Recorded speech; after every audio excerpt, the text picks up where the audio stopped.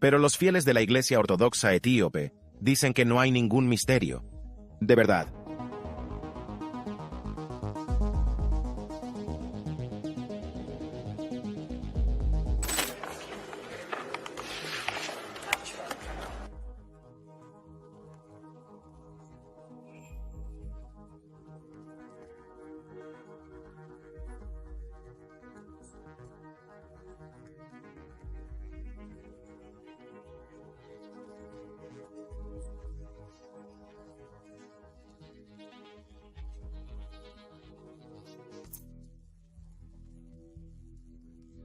Etiopía fue una de las primeras naciones del mundo en adoptar el cristianismo como religión oficial en el siglo IV d.C.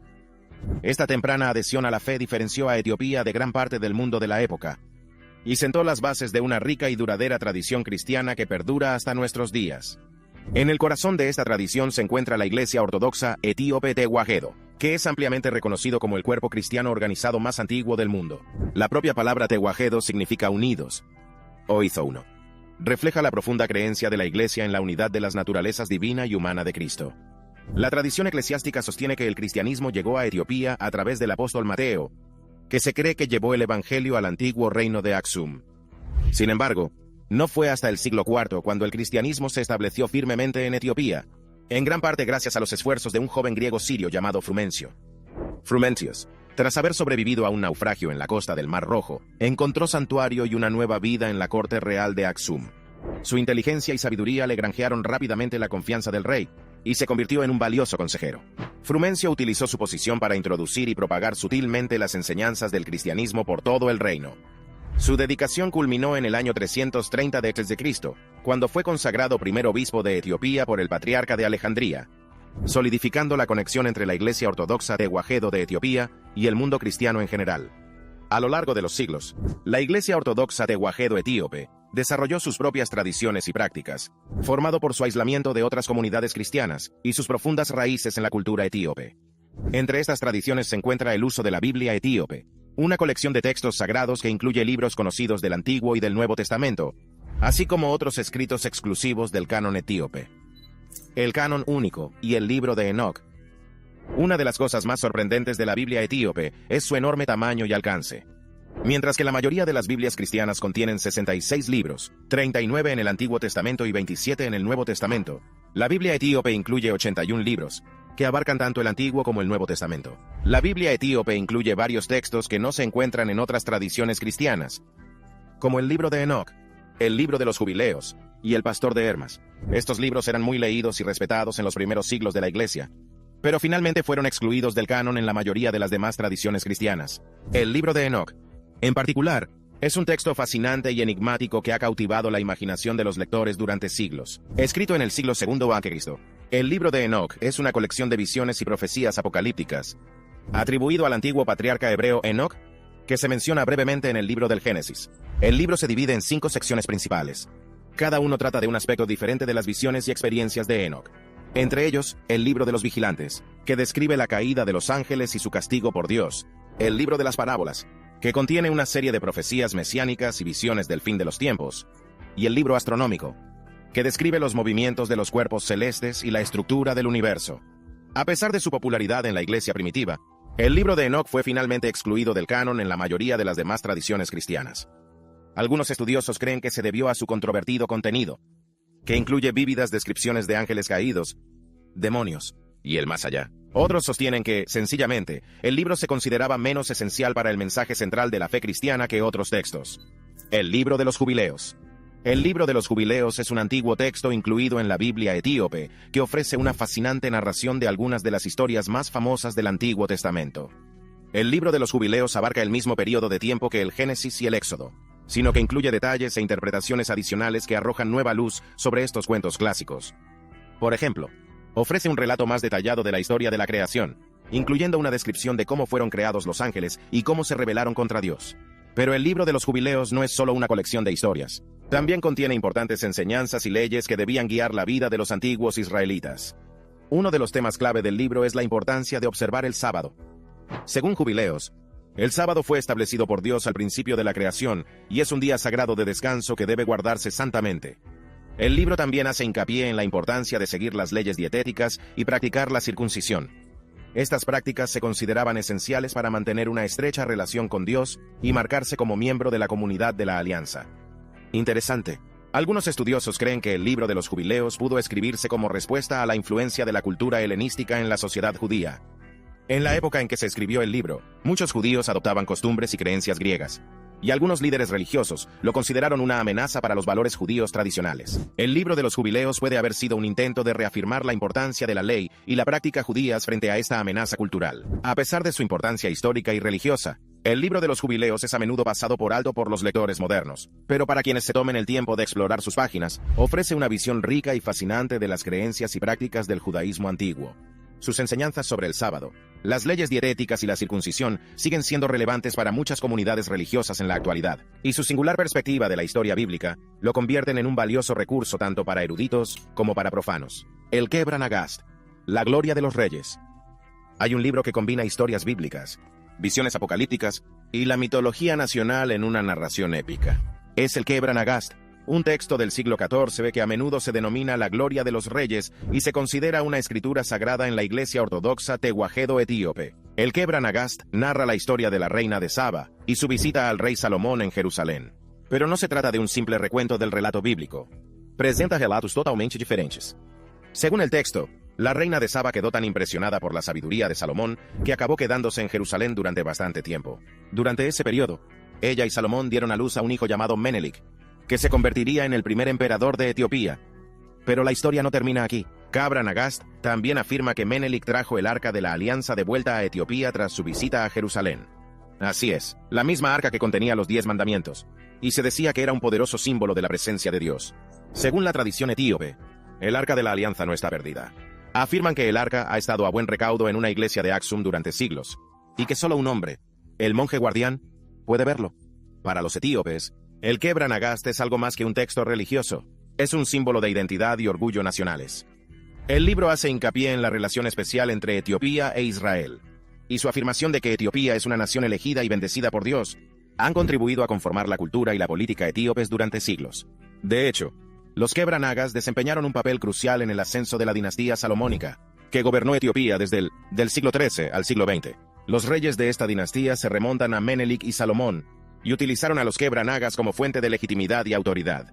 Pero el Kebra Nagast también es importante por sus cualidades literarias y artísticas. El libro está escrito en un lenguaje poético y altamente simbólico, e incluye muchos pasajes vívidos y memorables que han cautivado la imaginación de los lectores durante siglos. Una de las características más llamativas del Kebra Nagast es el uso de imágenes y temas apocalípticos. El libro describe una gran batalla entre el bien y el mal, en la que las fuerzas de Dios triunfarán sobre las fuerzas de Satanás. Este drama cósmico se desarrolla a gran escala, con ángeles y demonios, reyes y profetas, todos desempeñando su papel en el desarrollo del plan de Dios. Al mismo tiempo, sin embargo, el Kebra Nagast también está profundamente arraigado en el contexto cultural e histórico específico de Etiopía. El libro refleja las singulares tradiciones religiosas y políticas de la Iglesia Ortodoxa tehuajedo de Etiopía y está impregnado de un sentimiento de orgullo e identidad nacional etíopes. Desafío a las ideologías y estructuras de poder occidentales. En la Iglesia cristiana primitiva, el Concilio de Nicea en el año 325 d.C. y el primer Concilio de Constantinopla en el año 381 d.C. fueron convocados para determinar qué libros se incluirían en el Nuevo Testamento. Los criterios de inclusión eran que el libro debía haber sido escrito por uno de los seguidores de Jesús, o alguien que había sido testigo de sus enseñanzas, compuesto en el siglo I y coherente con el resto de la Biblia. Con el tiempo, la Santa Biblia ha sufrido muchos cambios y revisiones. Sin embargo, el cambio más significativo se produjo en 1611, cuando el rey Jaime I de Inglaterra encargó a un grupo de eruditos la compilación de una nueva versión de la Biblia que se conocería como la versión Reina Valera. Sin embargo, este proyecto de compilación no era una simple traducción, fue un esfuerzo estratégico para excluir ciertas escrituras que no se alineaban con el poder y los intereses del monarca. Rey Jaime I, que gobernó Inglaterra, Escocia e Irlanda de 1603 a 1625, era conocido por su creencia en el derecho divino de los reyes y su deseo de consolidar el poder. Como parte de este esfuerzo, intentó crear una versión de la Biblia que reforzara su autoridad y suprimiera los textos religiosos alternativos que pudieran desafiar su dominio. Uno de los principales objetivos de esta supresión fue la Biblia etíope, que contenía varios libros no incluidos en la Biblia protestante. Estos libros adicionales ofrecían perspectivas únicas sobre las enseñanzas religiosas, historia y moral que diferían de la narrativa occidental dominante. Para justificar la exclusión de estos libros, la Biblia etíope se utilizaba como referencia de la Biblia cristiana. El rey Jaime y sus eruditos los tacharon de pseudoepígrafos y no canónicos, considerándolos falsos escritos no inspirados por Dios, y por tanto, indigna de figurar en la Biblia oficial. Sin embargo, las verdaderas razones de la supresión y el descrédito de la Biblia etíope eran más políticas que teológicas. La Biblia etíope contenía enseñanzas que desafiaban las ideologías y estructuras de poder occidentales imperantes, incluido el derecho divino de los reyes y la superioridad de la cultura europea. Borrando sistemáticamente la Biblia etíope y otras escrituras alternativas, el rey Jaime y sus aliados pudieron mantener su control del poder. Conforman el paisaje religioso de Inglaterra y más allá. En el centro de este desafío está la inclusión de textos en la Biblia etíope, como el libro de Enoc y el libro de los Jubileos, que presentan cosmologías alternativas y puntos de vista divergentes sobre la naturaleza del universo y el lugar de la humanidad en él. El libro de Enoc contiene una descripción detallada de los reinos celestiales y de la jerarquía angélica, que difiere significativamente de la cosmología presentada en el canon occidental. Esta visión alternativa del universo desafía la narrativa occidental dominante, que a menudo se ha utilizado para justificar el colonialismo, imperialismo y otras formas de opresión.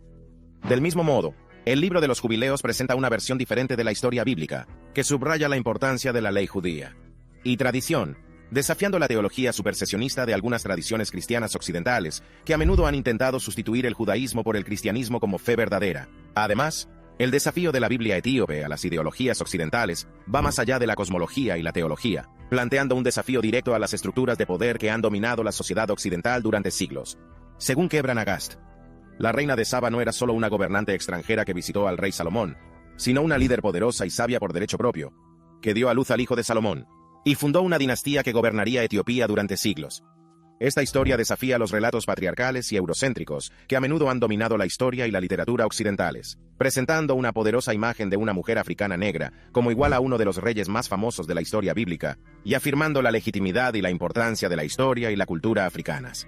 Ante estos desafíos a las ideologías y estructuras de poder occidentales, quizá no sorprenda que la Biblia etíope haya sido a menudo marginada, suprimida, o incluso prohibidos por las autoridades occidentales. Desde hace siglos, los eruditos y misioneros occidentales intentaron desacreditar la Biblia etíope como una versión corrupta o inferior de la verdadera Biblia, mientras las potencias coloniales intentaban erradicar las prácticas y creencias cristianas etíopes.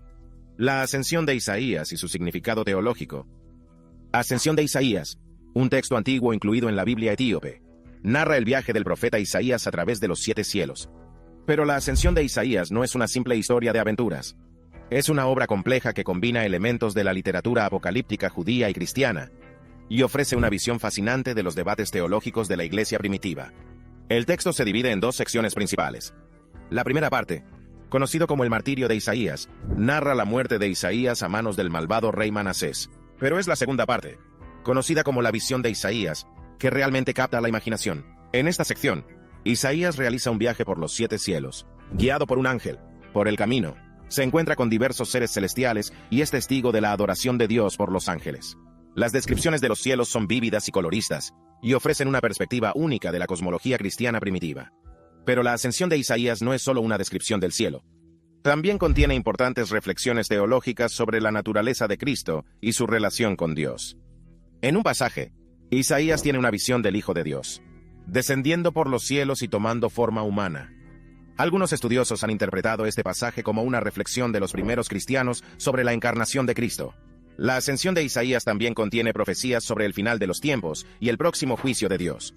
Estos pasajes reflejan la cosmovisión apocalíptica del cristianismo primitivo y ofrecen una visión fascinante de las esperanzas y temores de la iglesia primitiva. Ahora es el momento de la selección de suscriptores de hoy.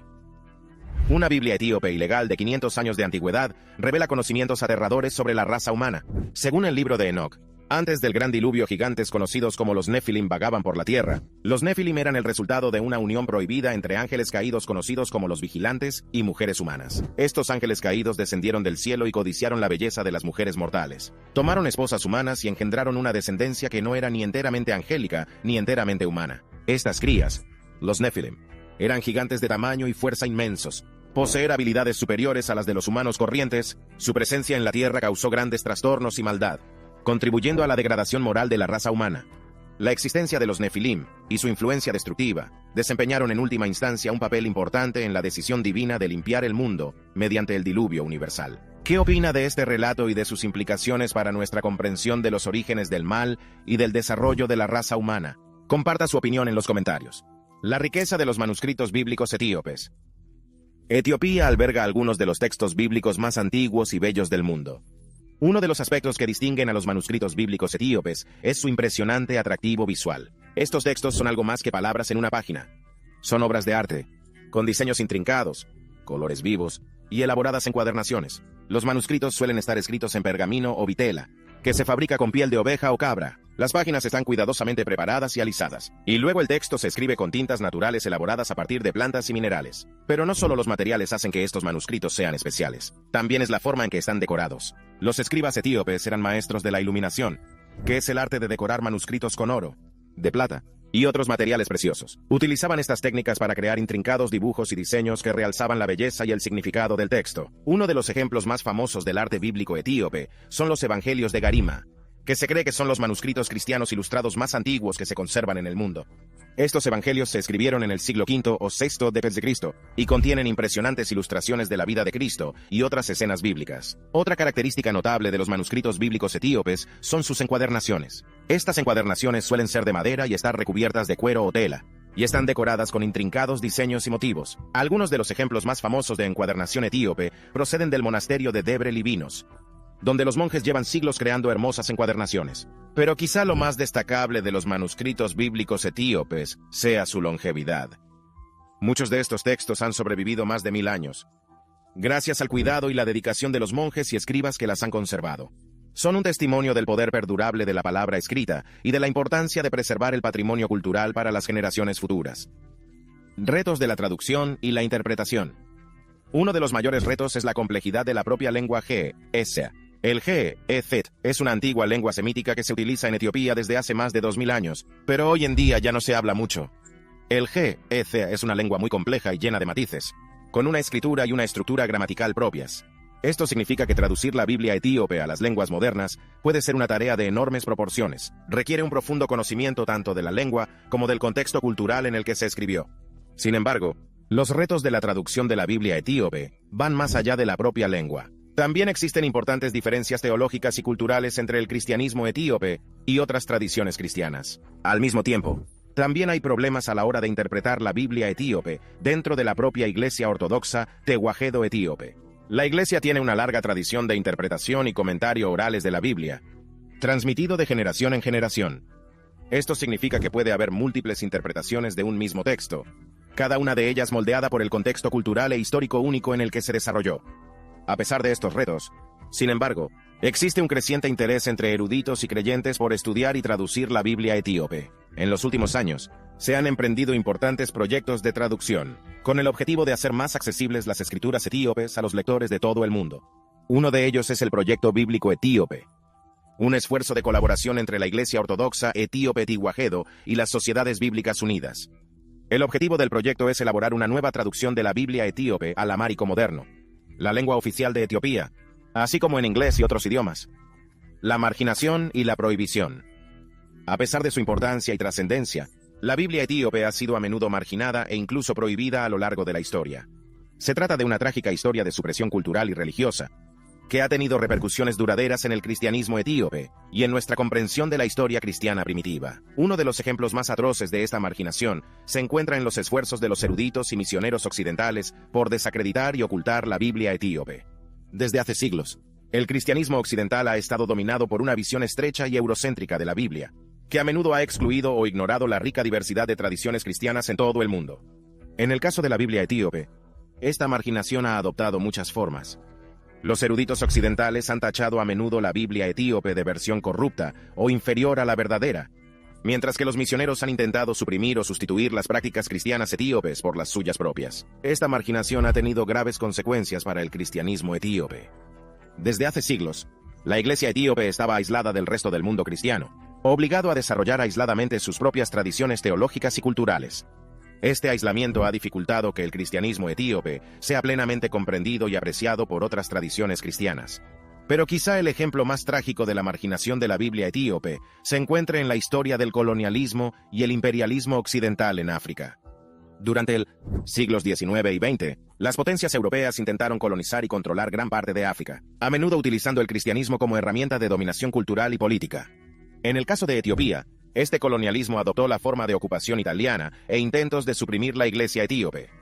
Los italianos intentaron sustituir la Biblia etíope por su propia versión de la Biblia, al tiempo que intentaba erradicar las prácticas y creencias cristianas etíopes. El impacto de este colonialismo en el cristianismo etíope fue devastador. Muchas iglesias y monasterios antiguos fueron destruidos, mientras que preciosos manuscritos y artefactos fueron saqueados y llevados a Europa. La iglesia etíope se vio obligada a pasar a la clandestinidad, y muchas de sus singulares tradiciones teológicas y culturales se perdieron o fueron suprimidas. A pesar de estos retos, sin embargo, la Biblia etíope ha logrado sobrevivir e incluso prosperar frente a la marginación y la supresión. Hoy, la Iglesia Ortodoxa Tewahedo de Etiopía es una de las comunidades cristianas más grandes y vibrantes del mundo, con más de 50 millones de afiliados en todo el mundo. Importancia para la literatura religiosa. Cuando se trata de comprender la importancia de la Biblia etíope para la literatura judía y cristiana primitiva, es importante reconocer las formas en que este antiguo texto desafía y amplía nuestra comprensión de la historia temprana de estas religiones. Las escrituras de la Biblia etíope cuestionan la idea de que el judaísmo primitivo fuera una tradición monolítica u homogénea.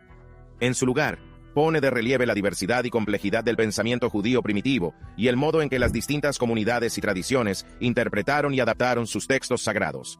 Sin embargo, la importancia de la Biblia etíope para la literatura judía y cristiana primitiva va más allá de la mera inclusión de textos como el libro de Enoc y el libro de los jubileos. La propia existencia de la Biblia etíope es un testimonio de la diversidad y riqueza del pensamiento y la práctica del cristianismo primitivo. Desde hace siglos, la Iglesia Ortodoxa Tewahedo de Etiopía ha mantenido sus propias tradiciones teológicas y litúrgicas, que difieren en aspectos importantes de las de otras iglesias cristianas. Descubrimiento y estudio de la Biblia etíope en la era moderna ha llevado a una reevaluación de la literatura judía y cristiana primitiva, y un reconocimiento de las formas en que estas tradiciones fueron moldeadas por la cultura, lingüística y factores geográficos. En muchos sentidos, la Biblia etíope constituye un desafío a los relatos estrechos y eurocéntricos que a menudo han dominado los estudios occidentales sobre el judaísmo y el cristianismo primitivos. Subraya que estas tradiciones no eran monolíticas ni homogéneas, sino más bien diversa y compleja. La política de la Unión Europea está determinada por un amplio abanico de factores culturales e históricos, profecías y sus implicaciones. Una Biblia etíope ilegal de 500 años de antigüedad revela conocimientos aterradores sobre la raza humana. A la hora de comprender las enseñanzas de la Biblia etíope y sus implicaciones, es importante reconocer el modo en que estos textos antiguos hablan de las esperanzas y los temores más profundos de la humanidad, y el modo en que siguen configurando nuestra comprensión del mundo y del lugar que ocupamos en él. Uno de los temas proféticos más significativos de la Biblia etíope es la idea del fin de los tiempos y el regreso de Jesucristo. El libro de Enoc, en particular, contiene una descripción detallada de los acontecimientos que precederán al fin del mundo, incluyendo el ascenso del anticristo y la batalla final entre el bien y el mal. Estas profecías han tenido un profundo impacto en la escatología cristiana. Configurar la manera en que los cristianos entienden el destino último del mundo y el papel que desempeñan en la instauración del reino de Dios en la tierra. Han inspirado innumerables obras de arte, literatura y la teología, y siguen siendo fuente de fascinación y especulación para creyentes de todo el mundo. Pero las enseñanzas de la Biblia etíope van más allá del fin de los tiempos. También hablan del destino de las naciones y las civilizaciones, y las formas en que la historia humana está moldeada en última instancia por la voluntad y el propósito divinos. Hablan de los anhelos más profundos del corazón humano, y las formas en que tratamos de encontrar sentido y propósito en un mundo que a menudo parece caótico e incierto. En muchos sentidos, las enseñanzas y profecías de la Biblia etíope pueden considerarse un desafío a las narrativas dominantes de la modernidad occidental, que a menudo subrayan la primacía de la razón humana y la inevitabilidad del progreso. Gracias por vernos, y nos vemos en la próxima.